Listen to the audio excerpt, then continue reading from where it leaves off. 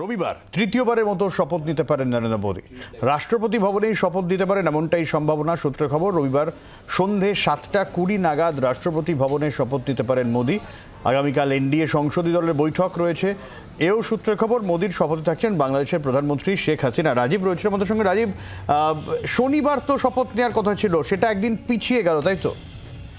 একদমই, যেটা জানা যাচ্ছে যে শনিবারের বদলে রবিবার সন্ধ্যে 7:20 রাষ্ট্রপতি ভবনে শপথ নেবেন প্রধানমন্ত্রী নরেন্দ্র মোদী এবং তার সঙ্গে শপথ নিতে পারেন মন্ত্রিসভার আরো কয়েকজন সদস্য, এমনই সূত্র মারফত জানা যাচ্ছে। এবং সেই শপথ গ্রহণ অনুষ্ঠানের প্রস্তুতি ইতিমধ্যে শুরু হয়ে গিয়েছে। বিদেশি অতিথি অনেকেই থাকবেন, যার মধ্যে বাংলাদেশের প্রধানমন্ত্রী, শ্রীলঙ্কার রাষ্ট্রপতি সহ বেশ কয়েকজনকে আমন্ত্রণ জানানো হয়েছে। নেপাল, ভুটান সহ অন্যান্য দেশ, মরিশাস, এই দেশগুলিকে আমন্ত্রণ জানানো হয়েছে।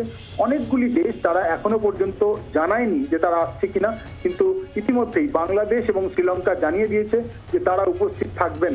সেক্ষেত্রে শনিবারের পরিবর্তে রবিবার এই শপথ গ্রহণ অনুষ্ঠান হতে চলেছে বলে আমরা জানতে পারছি। একদিন বদল করা হয়েছে, তার কারণ ব্যবস্থাপনার জন্য কিছু সময়ের প্রয়োজন এবং রাষ্ট্রপতি ভবনেই রবিবার সন্ধ্যে 7:20 এই শপথ গ্রহণ অনুষ্ঠান হতে চলেছে। অনেক ধন্যবাদ রাজীব। বাংলার আওয়াজ, বাঙালির আবেগ, জি 24 ঘন্টা।